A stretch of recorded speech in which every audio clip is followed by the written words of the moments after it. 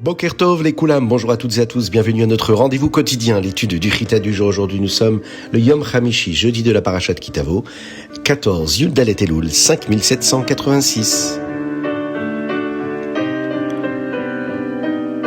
Infiniment heureux de vous retrouver pour partager ce moment. Je vous invite à nous envoyer vos dédicaces et votre soutien par WhatsApp au plus 33 6 21 37 24 52.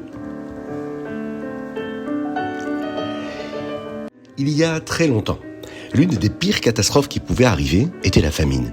Si la pluie se faisait attendre trop longtemps, plus rien ne poussait.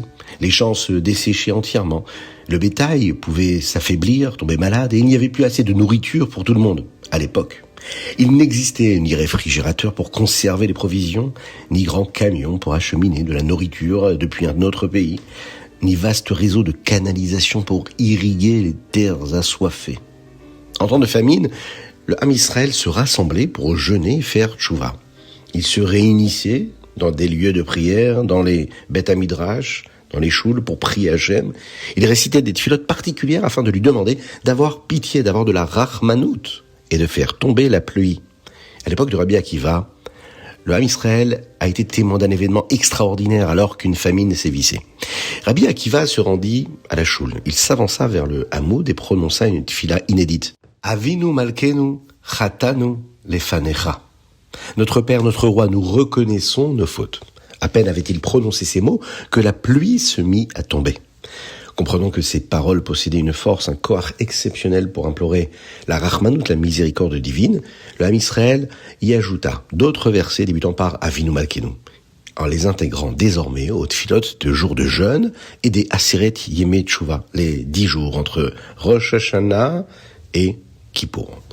Le jour du Yom Tov, on nommait la toute première ligne d'Avinu Malkenu, Chatanu Lefanecha, puisqu'on ne récite pas le vidouille, c'est-à-dire l'aveu des fautes, un jour de fête. On commence directement par le verset suivant. Avinu Malkenu, Ein lanu melech ela ata. Notre Père, notre Roi, nous n'avons d'autre roi que toi. À Rosh Hashanah, nous allons solliciter la Rachmanout d'Hachem à travers le Avinu Malkenu. Mais il existe un autre moyen d'attirer cette Rachmanout, cette miséricorde. Le Zohar HaKadosh enseigne que les Neshamot au ciel cherchent sans cesse des manières de supplier à Hachem d'avoir pitié du Ham Israël en ce bas monde, afin qu'il nous bénisse tous pour une bonne année.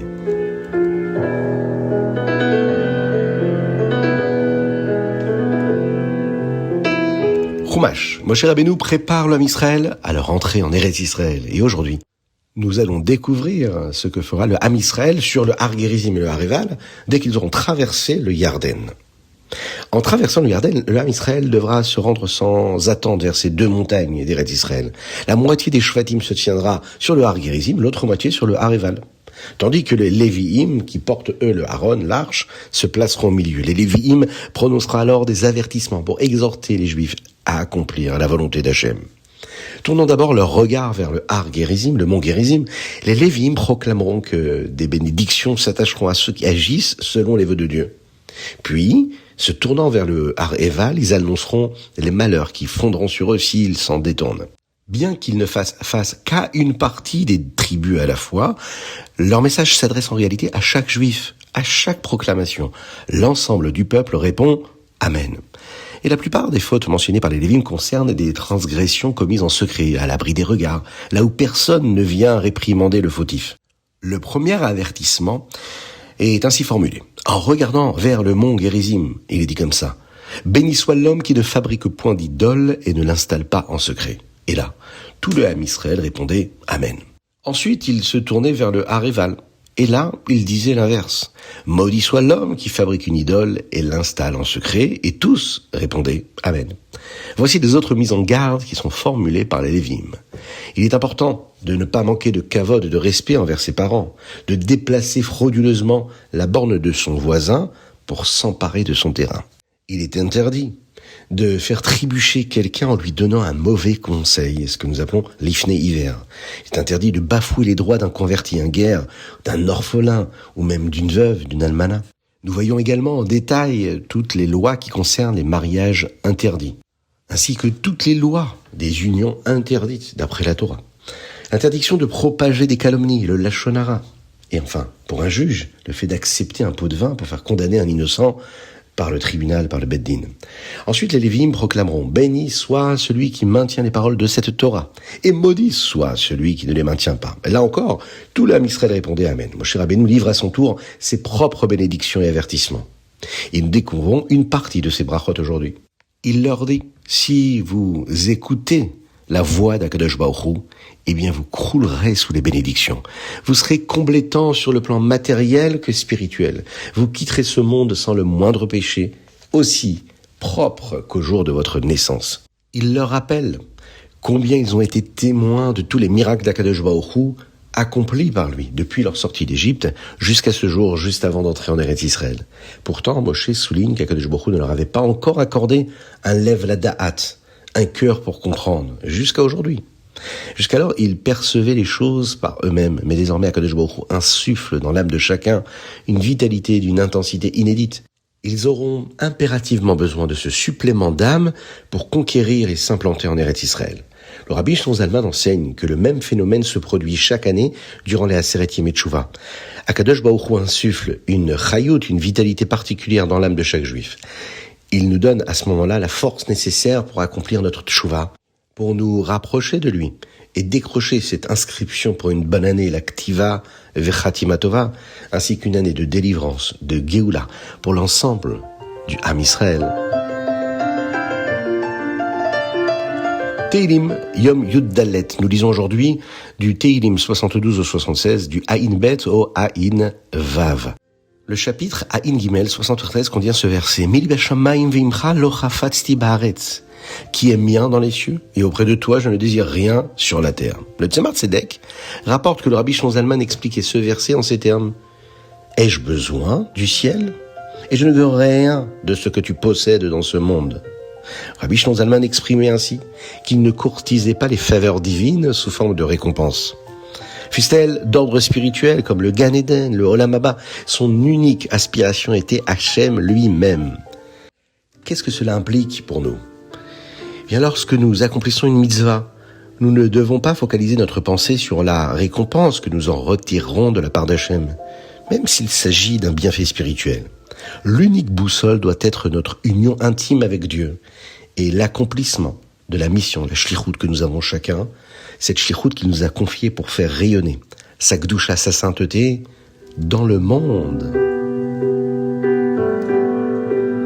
Tanya, Igeret HaKodesh Siman Yud Gimel.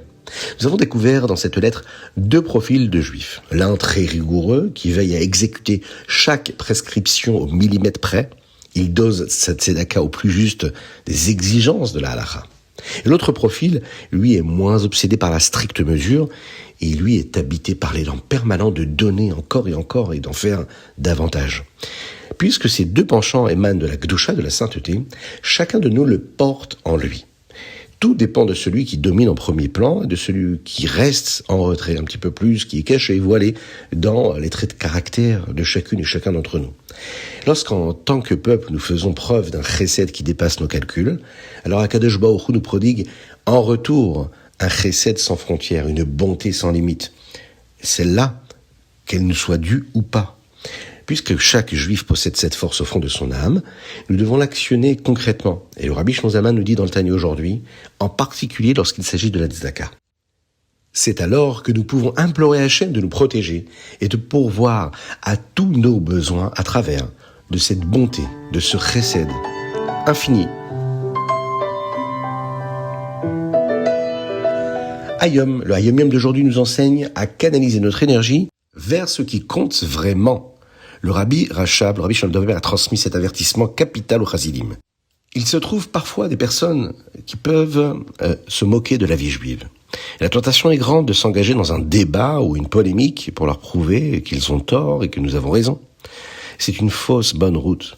Non pas que nous risquions de perdre ou que nous manquions de courage pour argumenter, mais le Hayom Yom nous le dit. Nous ne pouvons tout simplement pas gaspiller notre temps dans de vaines discussions. Notre tâche est immense. Nous devons mobiliser toutes nos forces là où l'enjeu est vital. Veiller à ce que la Torah, les mitzvot, le judaïsme en général, demeurent vigoureux, sains et purs. Cela exige de faire preuve d'une véritable force d'un dévouement, de Messirut Nefesh, de donner sa vie pour cela. Il ne suffit pas de se dire prêt à l'abnégation. Il s'agit d'oublier nos propres intérêts pour nous consacrer corps et âme à la cause de la Torah et des mitzvot, du judaïsme. Le temps file et nous n'avons pas une minute à perdre en futilité.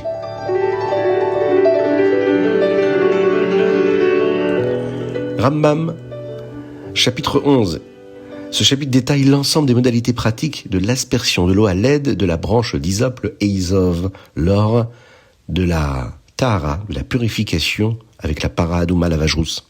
Dans le chapitre 12, ici, nous examinons les cas où l'aspersion touche simultanément plusieurs personnes ou objets. Que se passe-t-il si l'eau dégouline d'un objet sur un autre? Si l'aspersion n'atteint qu'une véritable partie spécifique, comme par exemple le couvercle d'un récipient. Le Rambam répond à toutes ces questions. Et enfin, dans le chapitre 13, ici, le Rambam aborde les réglementations complémentaires qui concernent les degrés d'impureté et de pureté qui sont applicables aux accessoires et aux matériaux qui sont employés lors de ce rituel de l'eau lustrale qui va purifier, Bezrat Hashem, ceux qui en avaient besoin. C'était le Chitat du jour, je vous invite à le partager avec le plus grand nombre, que Dieu vous bénisse et qu'il vous protège, qu'il inonde votre existence de bonté, de grâce et de miséricorde. Akadosh Baruch Hu est là, Melech Basadeh. Le roi est dans les champs. Il faut en profiter, il est à côté de nous, près de nous. Il faut demander pardon, mais il faut surtout se rapprocher de lui. Se rapprocher de cette part d'Akadosh Baruch Hu qui est en nous. Ce Hé qui est en nous. Il faut revenir vers lui. Qu'Hachem bénisse l'âme Israël et lui envoie une bonne santé, qu'il puisse également donner une bracha pour ceux qui ne sont pas mariés, qu'ils puissent se marier très rapidement. Ceux qui n'ont pas d'enfants, qui puissent avoir des enfants. Dites Amen là où vous êtes. Aujourd'hui, c'est un jour où dans le Chumash, nous l'avons vu, le Ham Israël répond Amen aux brachot, aux bénédictions. Faites-le là où vous êtes. Pensez à faire un Teilim pour nos Chayalim, qu'Akadosh Baruch Hu les protège et qu'il les ramène à la maison sains et saufs. Je vous invite à nous envoyer vos dédicaces par WhatsApp au plus 33 621 37 24 52. Nous avons étudié aujourd'hui les Ilou Nishmat, Reb Avram Nissim Ben Sultana. À la vache Shalom. À très bientôt.